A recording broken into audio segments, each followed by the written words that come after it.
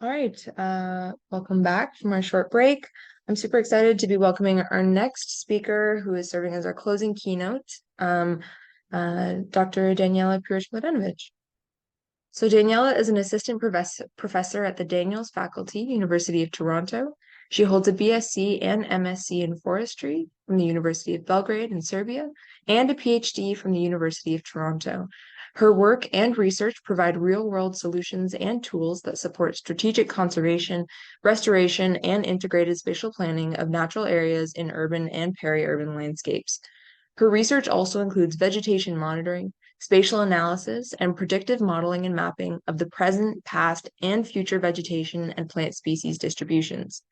Daniela also leads research related to strategic multi-purpose forest monitoring and community-based forest stewardship based on the vegetation sampling protocol and neighbor woods protocols. She teaches undergraduate and graduate courses in urban forest conservation, green infrastructure, landscape ecology, and GIS.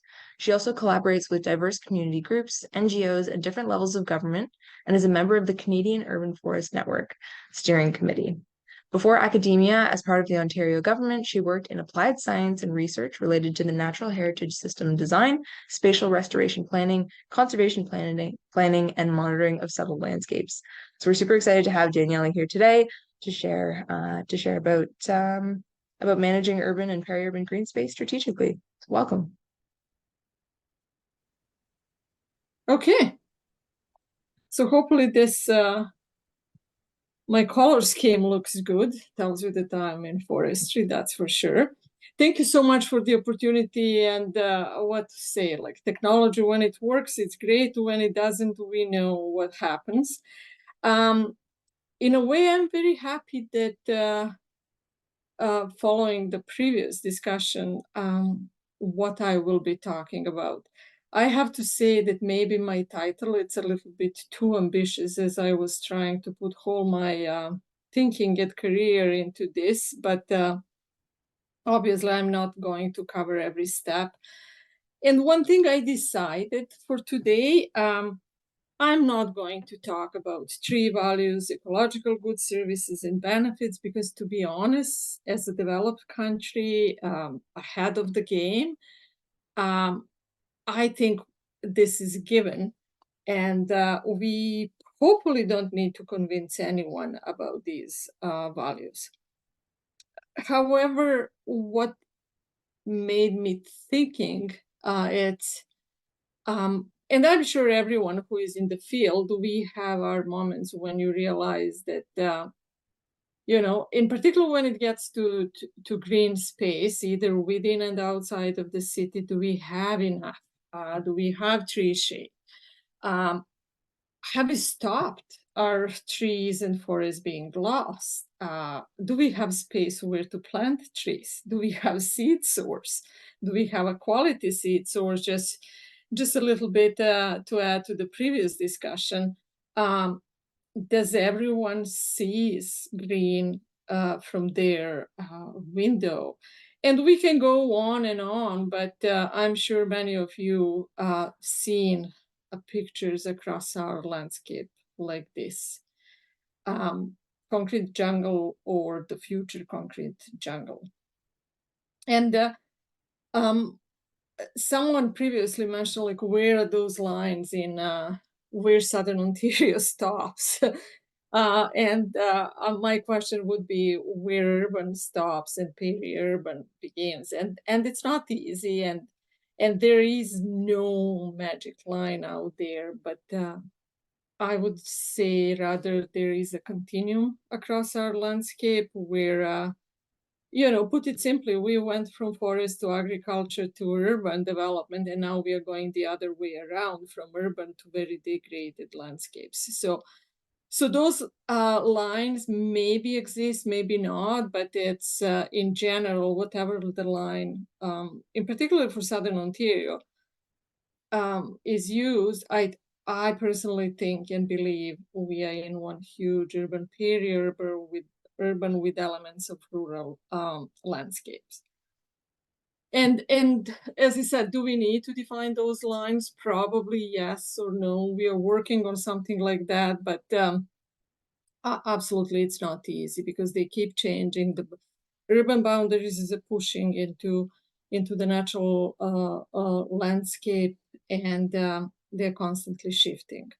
Um, and when it gets to urban areas, it's complex as well. Typically, we will think like urban, it's one type of land, or we would think that in urban areas, when someone talks about them, it's like um, street trees, uh, institutional lands, parks, commercial areas, cemeteries, remnants of natural areas within this landscape. So urban areas on their own, they're very complex, and whatever we see is definitely driven by land use planning. Through land use planning is decided where streets are going and where woodlots are going to stay or to be removed. Then when we look the entire Canada through one of the research work done at U of T, we can see that the land use across our city is as expected. There are residential areas, there are commercial areas.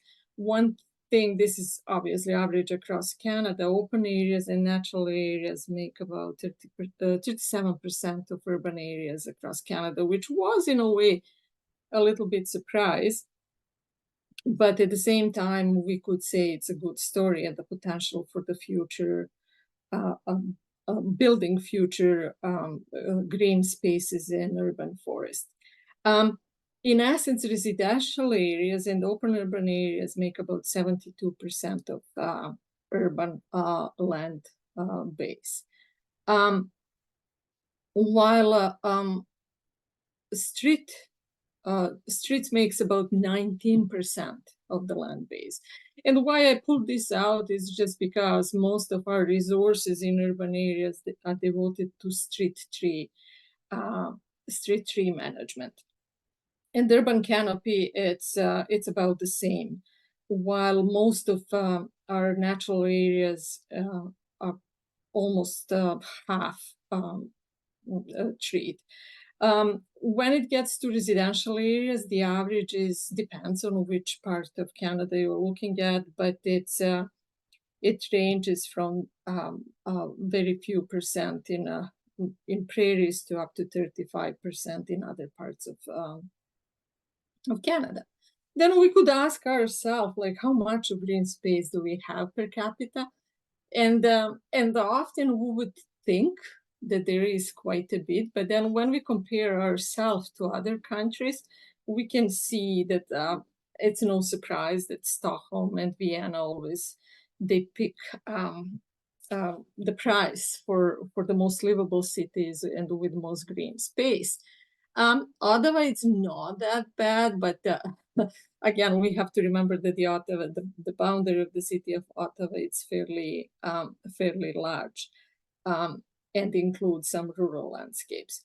What's interesting for Vienna that most of this green space, in fact, it's coming from the green ring that it's around the city.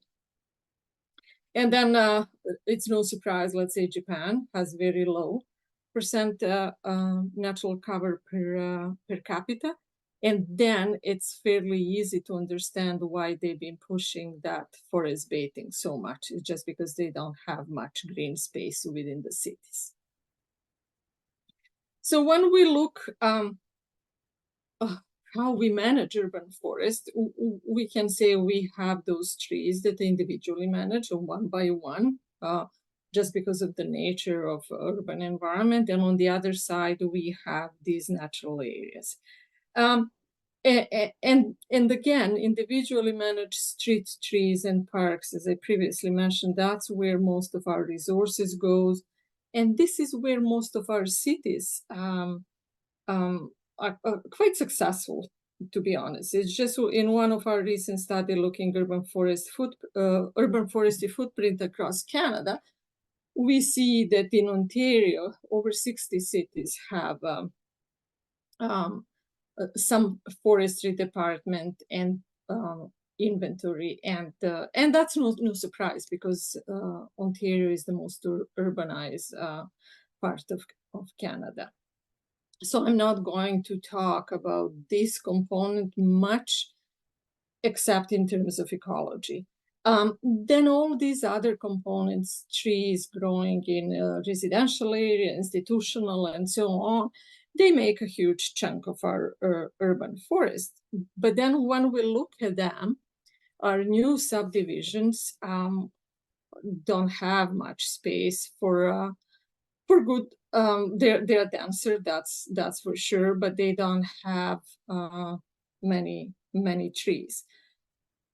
And some of them are like from 80s, 90s, and still haven't developed full tree canopy, not just because they're young, but for other reasons. Because as we kept developing, and particularly after 1960s and using machinery, soil has been gone and removed from our future urban areas. So coming across, let's say, some studies where they say, oh yeah, this was, we increase urban canopy. Yeah, of course, we increase urban canopy because it used to be agriculture and now we have a few trees. But the problem is that the soil across all of these subdivisions, it's pretty much gone. It's about often a meter and even more of topsoil. And I hate to say that I often use my own Durham region where I live, and this just shows what's happening when we built. We built urban areas, measured this 1.3 meter of soil is gone.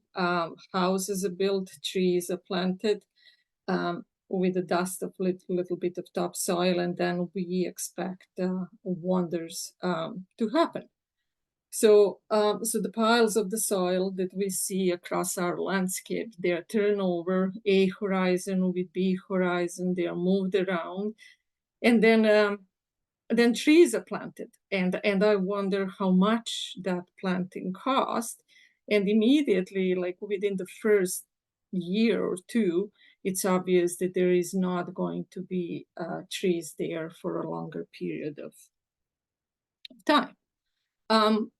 Just as an example, recently planted Freeman maple, and that's another disaster coming our way because when we lost elm, we overplanted ash, and now we are getting into Freeman maple monoculture. But even Freeman maple, it's not doing well in these soils because there is no soil.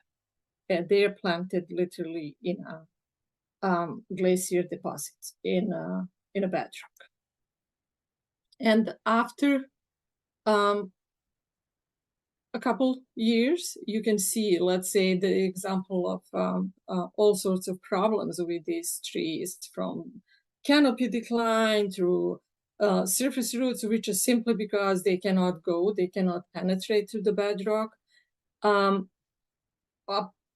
poor, terrible design where it's just little pockets of whatever. It's even like I'm thinking there is more soil in some planting pots than in some of these parking lots.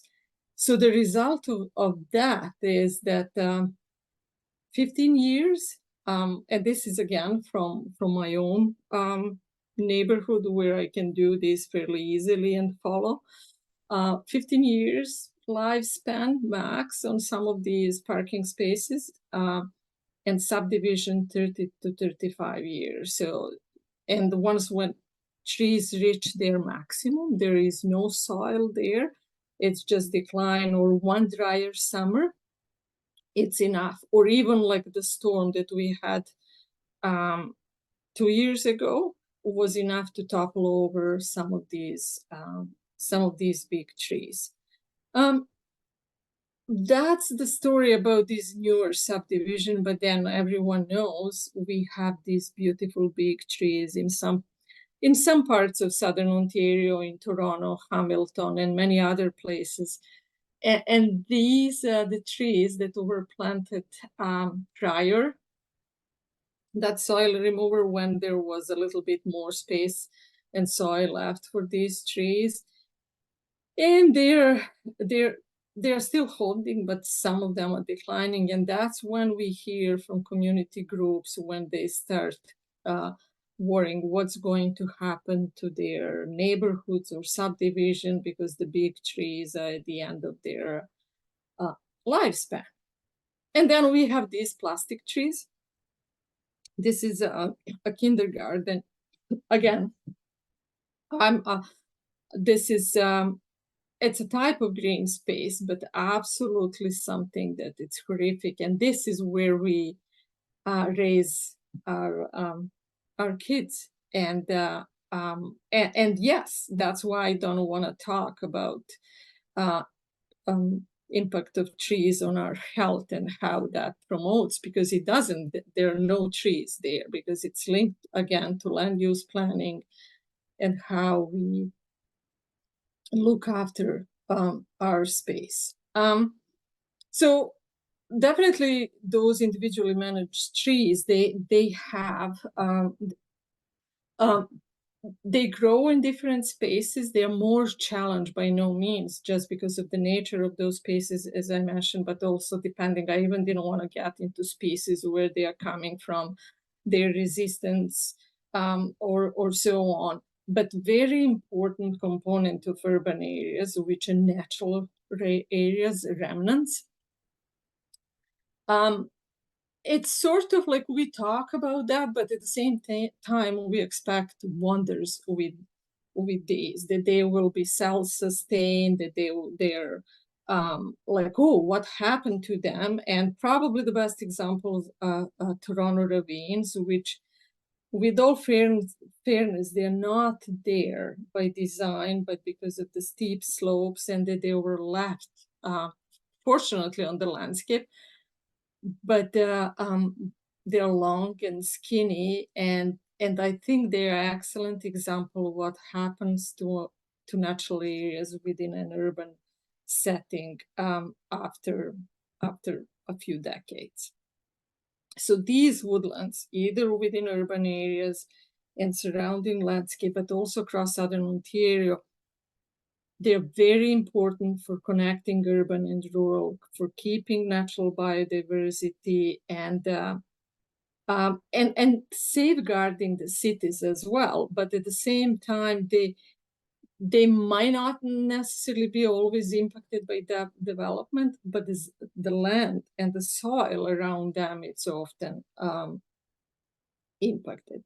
And these woodlands, as we know, they're not just small patches, they are fragmented. Within urban areas, they are very narrow, as I mentioned, Toronto. Within Mississauga, they are more like a little islands surrounded by urban development. In either case, often they have remnants of the original forest, and that remnant might be in terms of species composition, forest type that used to be there, or elements just in terms of trees that grow there. But again, they're very important for connecting, and probably the best and the most effective way to combat climate change. And we know that they're very attractive to people for recreation and all sorts of other activities.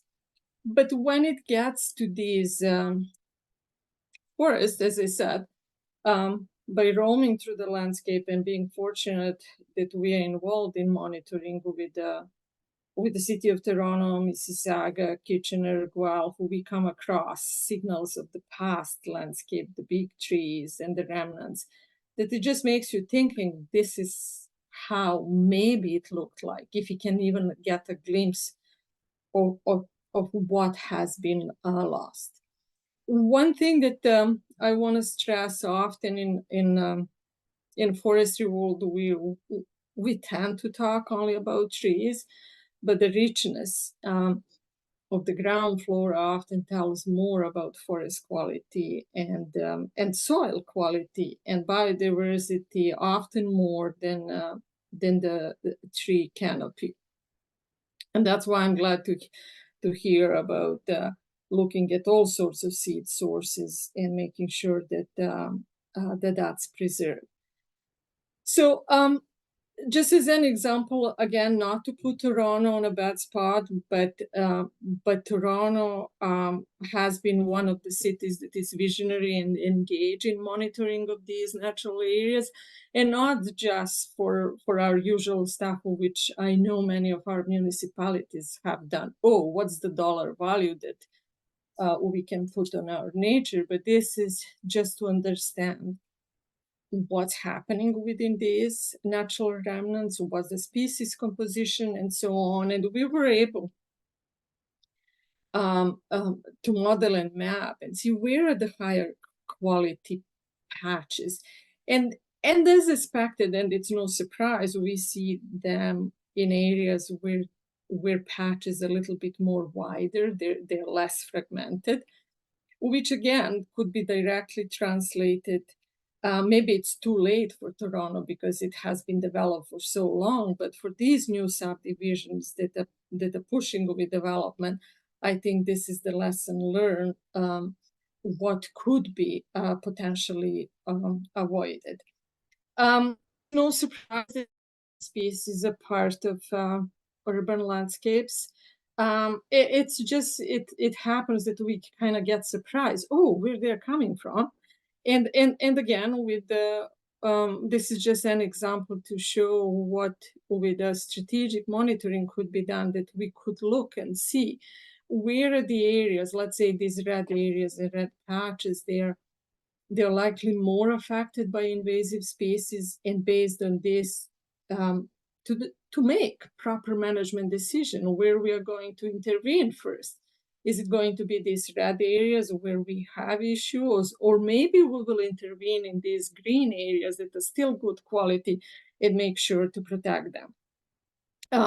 But at least we can make our decision based on a solid information and knowledge, rather than ad hoc, or let's say you have a very, with due respect, a community member that it's very loud and noisy, and they complain about their invasive species, but in fact, maybe our resources should be going towards the area where we still have a chance to protect them.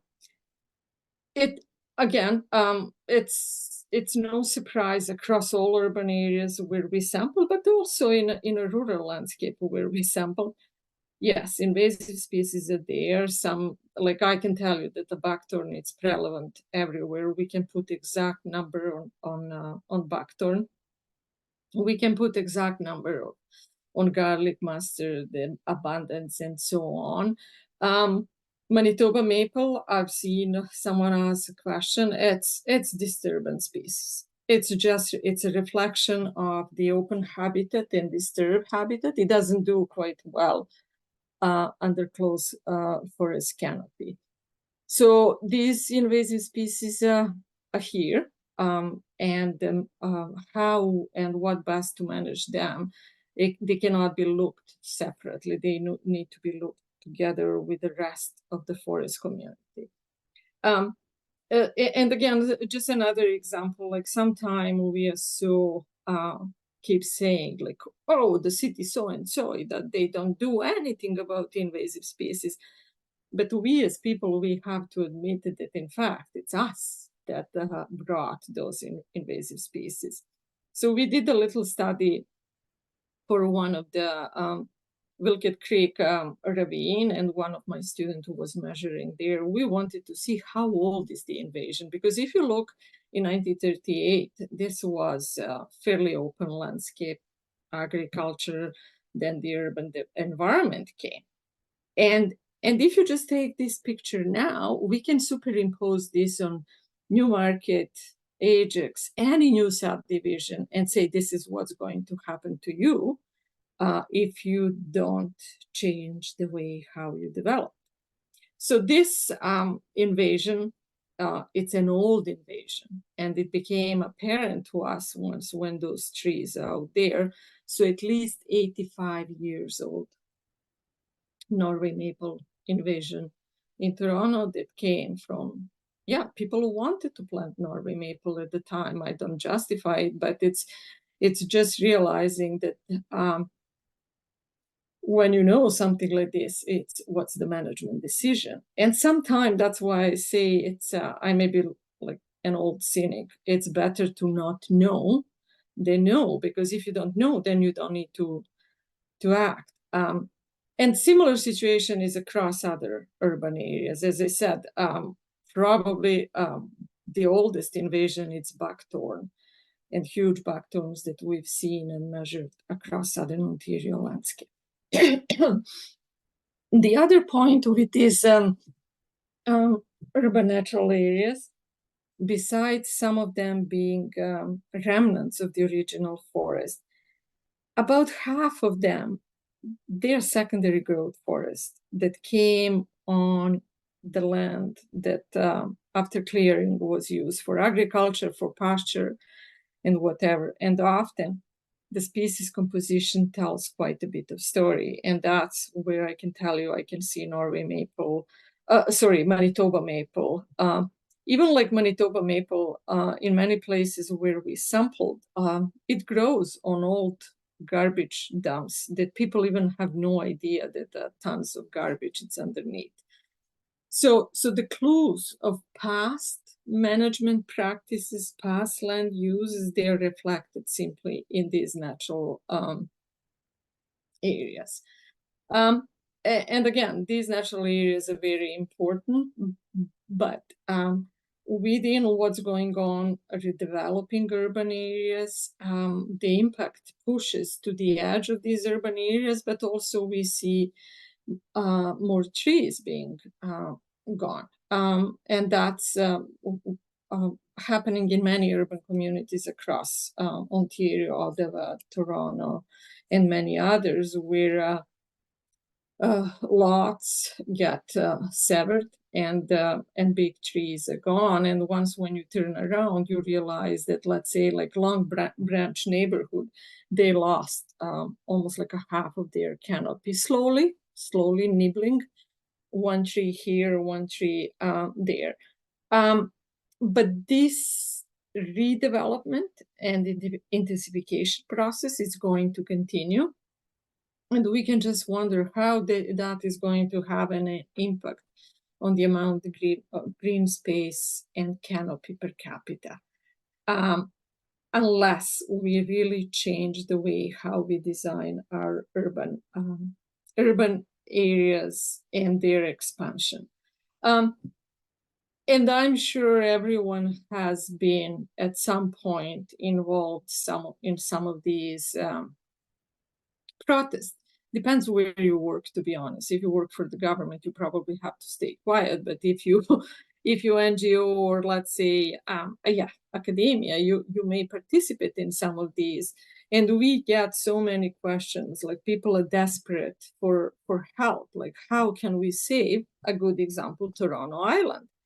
And then you think that's a perfect green space, that yes, it's an artificial green space, but it turned out that it's green, people are using it, and because of our short-term thinking, let's make a spa, cuts down some trees, and then you wonder, like, what mechanism do we have to protect or raise our voice that this shouldn't be happening.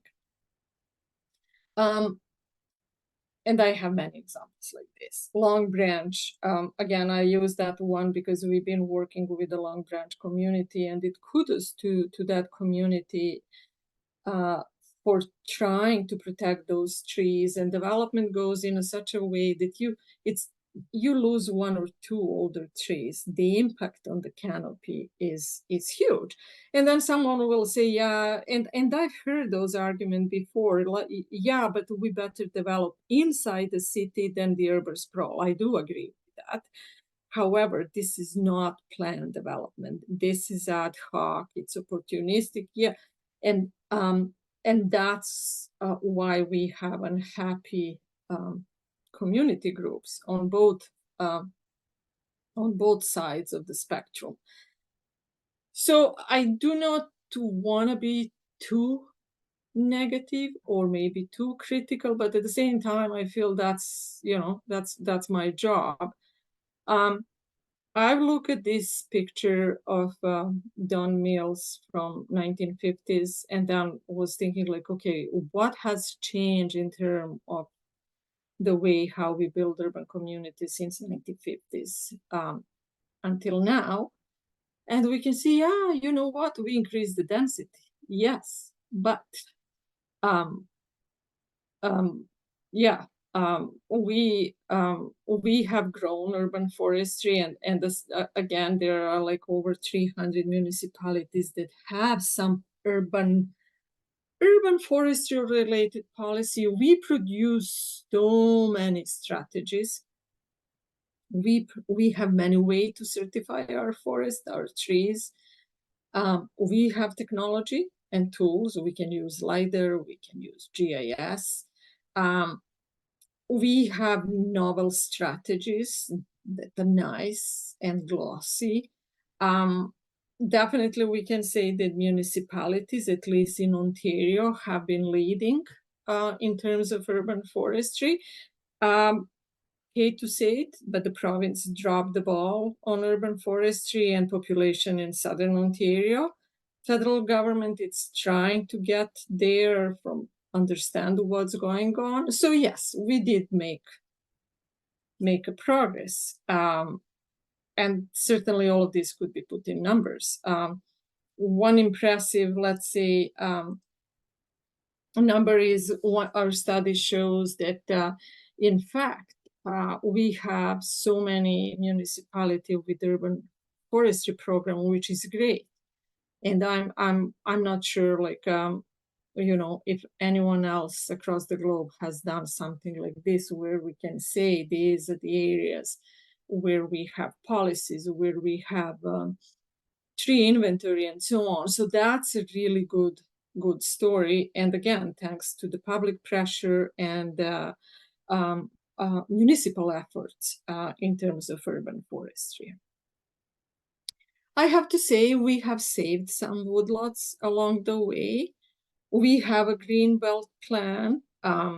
We have significant woodlands, significant wetlands, species at risk protection, recovery. More land has been set aside for conservation purposes, land trust. Many municipalities invest. I know the region of York invests all the time into land for conservation. We can cut down many ribbons for how many trees we have planted and more. And that makes us feel good, tell a good story. We, thanks to the community efforts, trees get saved, and again, all of this it's good. Our public, it's well aware, and it's concerned about natural environment within and around urban areas. Yet, something makes me uneasy just by looking at this picture. I don't see a difference between a real difference between Don Mills in 1950 development and what's happening now around GTA. It's just increased density. I would argue that we still do plan exactly the same way as in 1950s. The first settlement mentality still prevails among the general population and decision makers, unfortunately. We still have a false impression that there are abundant resources, that, yeah, we can sneak and build here and there, and it's Canada. Canada has so much forest. That's correct, but the tiny pocket down in southern Ontario, which are Carolinian zone, and 6C are not that much. So my personal impression is, my threshold was 1994 when I came to Canada, and I can tell you that I still beat at the same drum as I did when I was doing my PhD and when I started. And that's why I personally think it's, despite all these progress and efforts made by community groups, NGOs, and people picking bits and pieces and breadcrumbs from what our governments didn't do, we still have a huge battle to win. Development and the way how we develop, it's just not 21st century development. It's something that we still play as if there is, it's not the same as 200 years ago. 200 years ago, we had plenty of forest. Now what's left, it's a very sensitive, and that development, it's not the only pressure out there, but development is the pressure that we can control. We cannot maybe control the best or efficiently, maybe some, God forbid, invasive species, pathogens, but this is something that could be easily done. And if you just Google any newspaper, or even you don't need to do that, this is still happening. And what I personally do not understand, we never had more knowledge at our disposal as we have now. The only way I can explain this, it's pure ignorance, and anything to be stopped. It's where the public and some NGOs, kudos to Ontario Nature, not that the others are not, that they managed to rally people and stop losing our wetlands. Like, why do we have significant wetland policies if you can just build there? And this is just an example that, save the wetlands in Pickering. I even don't want to go to some parts of the region of York where I had my plots when I was doing PhD. They're gone. And still, we have development all the way happening exactly the same way as it did in 1950s, even worse, because now we can remove the soil, we can put more houses per land unit, and then claim, yeah, that's, high density development. And these are not unusual sites around our lakes on other parts of the landscape. And then in my training, I'm an ecologist, and probably the best thing that I can do is just go outside and measure trees and collect plants. But either you like it or not, we touch into the policy all the time. And I try to understand our planning policy, decision making. I know many of my colleagues in urban forestry and many municipalities have tree bylaw, but is it effective? And I would highly recommend everyone to listen to the presentation that Jackie DeSantis, my student, did a couple of years ago, trying to understand the process and how Long Branch community is trying to save trees. The only thing for this I can say, if that community was not active and with no money, it's just their pure energy and caring for their land, they manage sometime to save some trees. But when you see something like this, you wonder who makes decisions about our woodlands, our trees, what stays and what goes. And to my mind, that's not someone who is in a T-lab. That should be a professional decision. So yes, we cannot reverse what was done for the past 200 years. We cannot control some of the ecological impacts, but yes, we can control some things that are like policies and decision maker and how the land use planning is done. And I know everyone will say, yeah, but we've been doing it this way. Exactly. And because we've been doing it this way for so long, and even thinking that it's 21st century and not changing anything, that's why, things are popping up. Oh, what happened to our ash? What happened to this? So at least within our means, trying to promote first conservation, management and restoration, and that's the way of life. However, within these landscapes, where we have overlap with our natural resource and land use planning, without that, it cannot be done, because the land use planning and the way how we develop and grow our land, it's probably the biggest impact that we have. Our green systems, yeah, we do have them. We will say what's left on the landscape. We often say, oh, that's a natural heritage. Have you ever seen a blueprint or a plan where we should strategically build and knit our landscape? That it's not just this is left, but envisioning what's for the future. We've learned that the community is the only way that we can save things. And that's definitely something that should be cherished. And again, just as a reminder, like we talk about seeds, we talk about restoration, and all of these changes and all of this is happening in less than a half of a lifespan of an oak tree. So our impacts on the landscapes are huge. And yes, technology is there, and thanks to technology, we can make our virtual future. And I just want to pose a question: who plans and designs for green systems? Do we do that? Because what I see around our landscapes, and in particularly the new areas that are coming, this is not planned. This is rubber stamp. This is like a I'm sorry for the lack of the better word, but this is a Walmart land use planning. So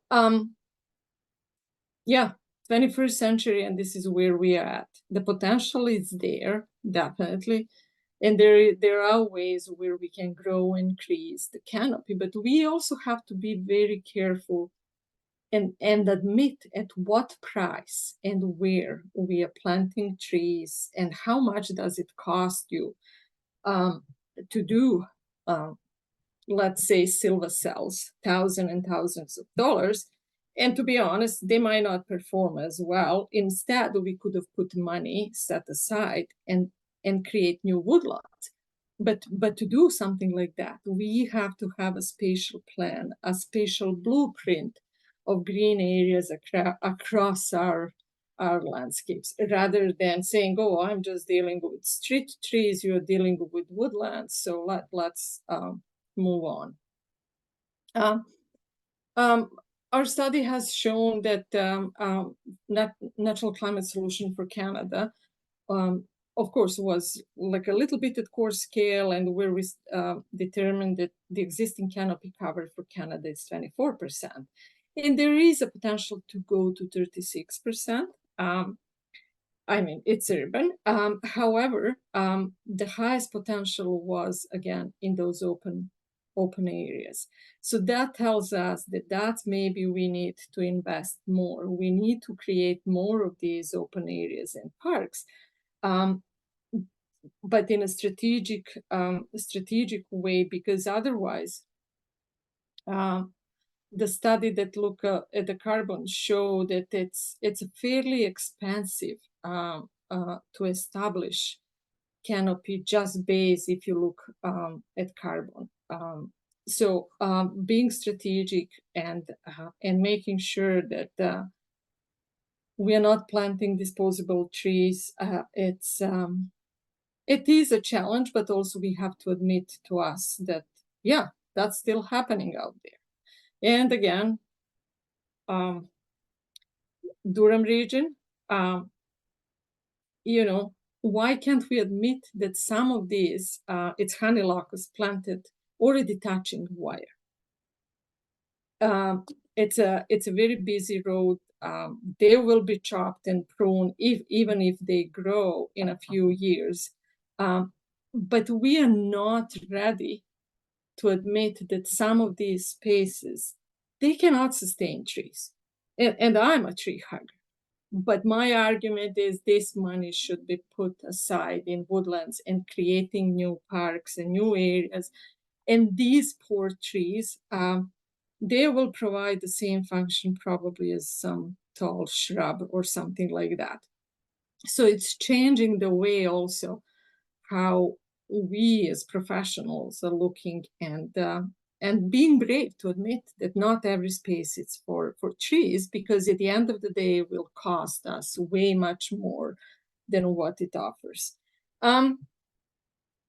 Who is looking after trees? That's the other, because if you look at the previous division, where we see that about 30-40% of urban canopy, at least, if not more in some areas, it's privately owned. Stewardship groups out there, they're very active, and we know the stewardship groups are active even in some public lands and urban areas. And just for Toronto alone, a study that we have with Canadian Forest Service in Tree Canada, we were surprised. There are hundreds and hundreds of groups out there looking after the nature. Definitely a huge potential and huge energy that it's helping to improve or to manage or to conserve the conditions. One thing, what we've learned, I'll tell you, we never had anyone from a new subdivision approaching us about their trees. And it's no surprise, because they haven't built their relationship, because they have stick trees. But older communities, as I mentioned earlier, that will start to lose their trees. And some of them are from early 1900s planted. They approach us and they want to do something about their canopy, either to understand first what they have, what type of management they need to do. They are often looking where there is a potential space for planting. So, for example, based on the Long Branch study, it came that people are willing to have about 1/3 of their land parcel under the canopy. That's the average. So, so that's obviously some parcels have less, some parcels have more, but that's something that that became quite clear from that study. We have communities that public housing in Toronto, Hamilton, where with NGOs, they're involved to look where are the spaces for trees. And this community engagement has been certainly the main driver, the positive driver, and realizing that that's definitely has changed over time, and that we get more to help them with not just tree inventory, but also for with tree monitoring. So the vision.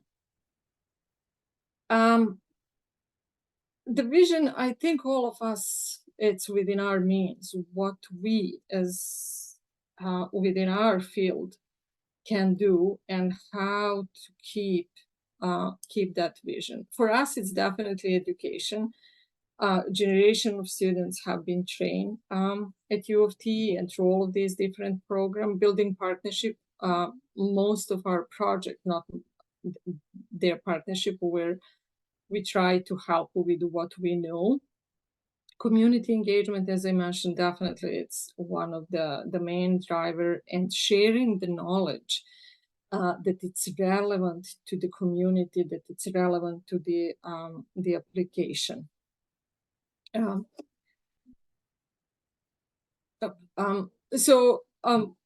The latest, for example, project, which was really neat, with we were able with the annex neighborhood to go back and remeasure their trees after 10 years. And it was really neat to see that we were able to measure how much those trees have grown. Of course, we found lots of Manitoba maple, tree of heaven. I call them forgotten trees, because people don't pay attention. And if you're a good gardener, you don't have Manitoba maple and you don't have tree of heaven. If you're a bad gardener, or if it's a rental property, that's where you find it. But based on this project, we are able to put some number, how much it's the growth of these trees over year, what are the changes, and so on. Similar project we are starting going back and remonitor Long Branch this summer as well. The driving force have been also, we want to know what's out there. We know technology is there. We can say what's the percent forest cover, but with all fairness, often we have no idea what's in our woodlands. What type of plants, what's plant floristic diversity, what's the abundance of invasive species, how they change over time. And that has been something that it has helped us to build the evidence in terms of what's happening, but also establishing the baseline, even though that baseline it's recent, but still it's a baseline condition that hopefully will tell us how well we are doing or not. And yes, we did save some woodlands. These, for some of you probably know this area just based on the image. This is Baker's Bush up Battersea Highway 4077. Again, this is one of those where I do have my plots in this area from my PhD when this was agricultural field. And everyone was so proud in early 2000 when TRCA, York Region, and a few other groups, these woodlots were saved. And that's great. The only thing I can say, this is a lost opportunity because these woodlots, if you remember Toronto woodlots and Toronto ravines with all these Norway maples, invasive species, these woodlots are going to be, if they're already not, in that position within couple of years. This was lost opportunity to knit the landscape back, to restore the forest. Of course, that would take a little bit imagination for those that are doing urban design. Maybe the housing layout would have to be different. And we have many, many lost opportunities on the landscape like this. I don't know if you're going to continue this way, but it seems like that these victories, it's safe woodlot. I just say it's, yeah, physically it's safe, but it's degradation, it's slow and certain. If you remember those soil leveled off, all of these woodlands have very changed hydrology because they are typically above, and not to talk about like all other impacts from recreation, from plants from the garden, and so on. So yes, I'm very critical of our existing land use planning and development. I do say it's very opportunistic and it's ad hoc. Our policies are reactive. Our policies are overlapping. You may have the best tree protection bylaw, but it will be toppled with the planning. We are still doing planning based on outdated principles, development first, nature after. And we still perceive nature as something as a commodity and yeah, you know, it will take care of itself. So could it be done better? Yes, there are a gazillion examples across the globe. And this is just one of them. We're planning for green space and within that diversity of the green space that I mentioned previously, it's very critical. It's the blueprint that decides where development could go. Because, you know, it's not easy to establish species at risk one when it's gone. How long does it take to grow a tree that it's 150, 200 years old? Houses could be built in no time. And to me, despite all this positive, what we have, collectively as a conservation community, all of us within our own means, I think there is still a huge battle to be won. And not won, it's just to do urban planning, and urban planning where the green space, for all of its value, it's truly truly visioned and not just protected, but envision future future system. Hopefully this wasn't too depressing, but as I said, it's whenever I go, it's always on my plate. I go to a woodlot, and then you see consequences of, development or or in urban areas, easily losing trees or anyway. Thank you so much for the opportunity, and hopefully there is inspiration, some change land use planning, or at least talk about that. Thanks so much, Daniela. I think there was a lot to take away from this presentation, and we certainly have some questions if you're able to take those from the chat. So I'll start off with Melissa's question. Do you have any data on the health and number of trees planted or living per hectare in different ages of development in Southern Ontario? Thinking that this would be a very interesting trend to look at. Yeah, I do have. I mean, it's I do have, but yeah, we have a network of 1,000 plots from my research, and we can now tell a good story, like by certain forest types, by like what flora it's associated with the ground flora, what are the main disturbances. I can tell you how long does it take for forests to come back when you're starting to see, let's say, mid-successional forest, and why we are so hardly hit by emerald ash borer, because around half of our forest, it's secondary growth forest. So, yeah. Thank you. Our next question about suburban development. It's been the bane of cities' forestry branches for decades. What has been the biggest challenge, in your opinion, for pursuing change in tree planting practices in new developments?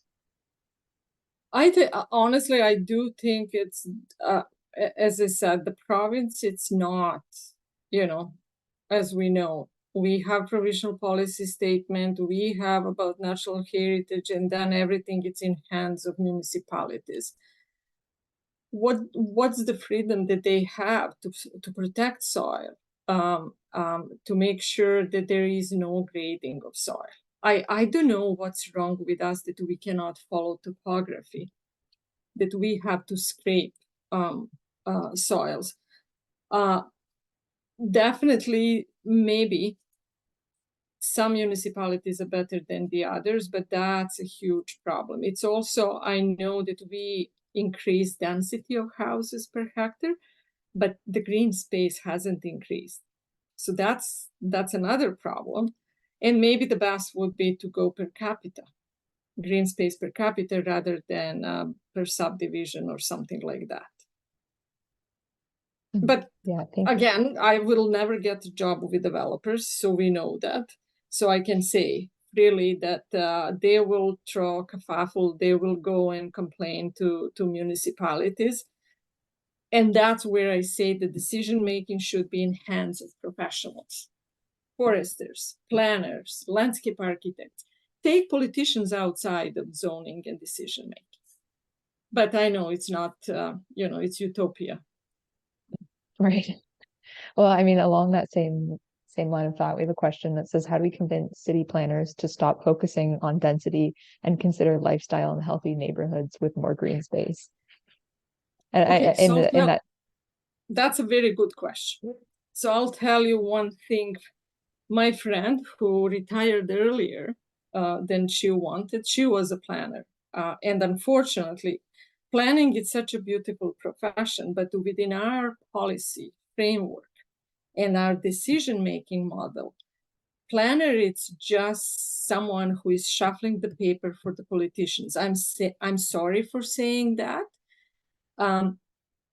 because decisions are made at the professional, at, at, at the higher levels. And I would ask you, would you go, let's say, to do a surgery, to ask a butcher to do a surgery? No. And that's happening exactly with the Greenspace. We allow, we say, oh, the city council will do that. They will make decisions. They have no knowledge to make decision about anything related to land use planning 21st century, and not even to speak to about trees. And that's a sad story. And that's where I would personally support that the planning should be given to planners. Urban foresters should be at the table planning. Ecologists should be, and the community, what the community wants. But unfortunately, it's not happening that way. We know how zoning works. And I can speak for Whitby and Durham region 100%, because I know what's going on. Yeah, thank you. There's more questions related to that same, that same difficult topic of how do we branch that divide. Kat wants to know if you have any materials that they can share with town planners to encourage them to make room for more natural areas in areas that are planned for redevelopment. Any resources that you could share or that are available? Yeah, by no means. There are really good examples, and I know that the planners are professional planners are really one group that invest into education, and I know also that their hands are tied because they have their ceiling from the city council, but definitely there is material. And maybe it's cross-professional pollination between planners and forums where planners and forestry ecologists, biologists at the same table coming up as a profession with this is what we want. It would be much harder to break something like that than, let's say, me. Yeah, I'm not even professional forester, and I'm not going to be. Where I go and talk about this, but collectively, I think as a profession, I know that all of us share, but it's our limits within our own organizations, what could be done.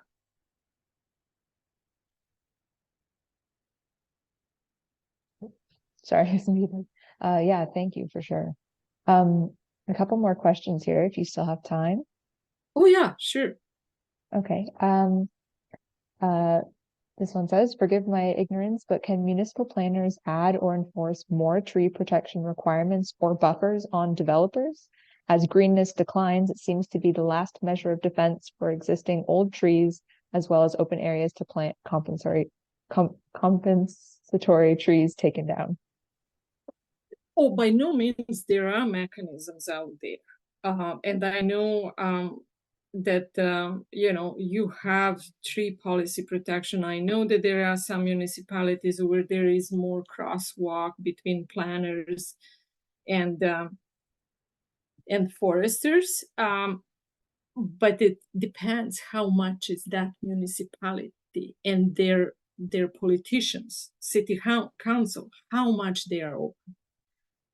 Because you can have the best planner ever with the best vision, but who does the check off at the end of the day?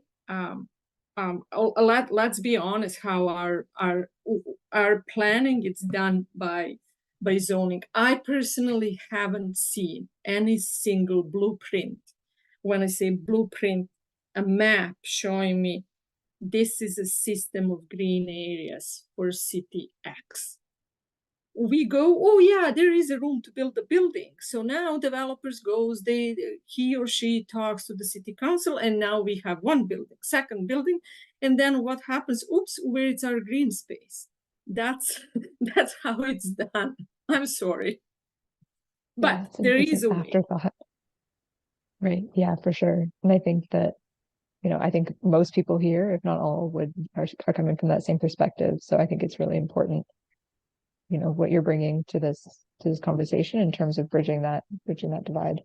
I'll ask one more question here and then I'll let you go. I agree. This comment says, I agree that it is certainly a lost opportunity to knit back the woodlands, like the example you used for Toronto. However, with knowing the push from the province to increase density and place houses wherever feasible, what is your proposed solutions to combat the resistance municipalities experience by developers to save and connect pieces of forest that should be reconnect pieces of forest that should be and build elsewhere, or even forfeit some build units? I may sound arrogant, and I apologize for that. But it might not be that hard. Because if you look these new subdivisions that are built, you cannot even walk in between two houses. Right, but they are sold as a single family home because it brings lots of money to developer. If you build, let's say, 2-3-story buildings where people have easy access to green space, you would rather, I'm positive, because there are many examples in other parts of the world. If you step outside of your home and you can go for a walk, for a run, you will enjoy nature more than those few pictures that I've shown that they're like, there is no place there. What are you going to do in a backyard? You can let your dog run a little bit if it's a small dog. Even bigger dog, you have to take him outside. So I think we lost imagination. We lost a vision. We got stuck. We've been doing it this way, and the province says, like, I'm sure maybe there is a developer out there that that would think more proactively. I personally think that people would probably get more money. You don't need to mow the grass. You still have a good living and access to green space. But no, we don't do that. So I think it's maybe municipalities should take that. Maybe the province has its own guilt in all of this, as we know it. Yeah, no, But thank you for that. the only thing I know, it's just for the end. I'm sorry for taking your time. I would No, say no worries. use that example of Vienna. For those of you that you were in Vienna, it's developed inside. But access to the space, to green space, it's excellent, it's fast, it's walkable. And they've been first in many, many things for years. While we say, yeah, we are doing it here differently. And yeah, I think we're just so, Canada, it's very hard to change and accept new things.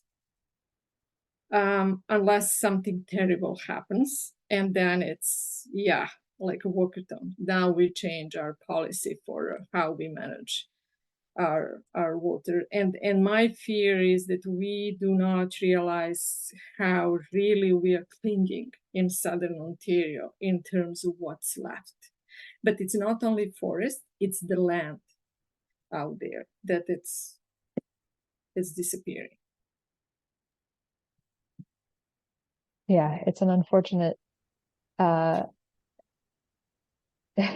go ahead. But if you don't talk about that, we will not change anything. So at least, being aware and talking and yeah, No, definitely. I fully agree. And I think that there was a comment in the chat that says, I wish this presentation had been attended by planners who would be able to hear this. And I fully agree. I think that this is something that needs to be, spread and shared to the right audience, and even for people who, this is disappointing news for, and we're realizing the extent to which areas are degraded. And someone else said, we can't unbuild the houses once they're built. But it's about, recognizing that for the future we can make those hopefully make those changes and move away from the 1950s model. So Thank you so much, Daniela, for being here today and for your presentation. I again appreciate your flexibility in being able to join us today. And it was certainly a valuable asset to have as part of our lineup.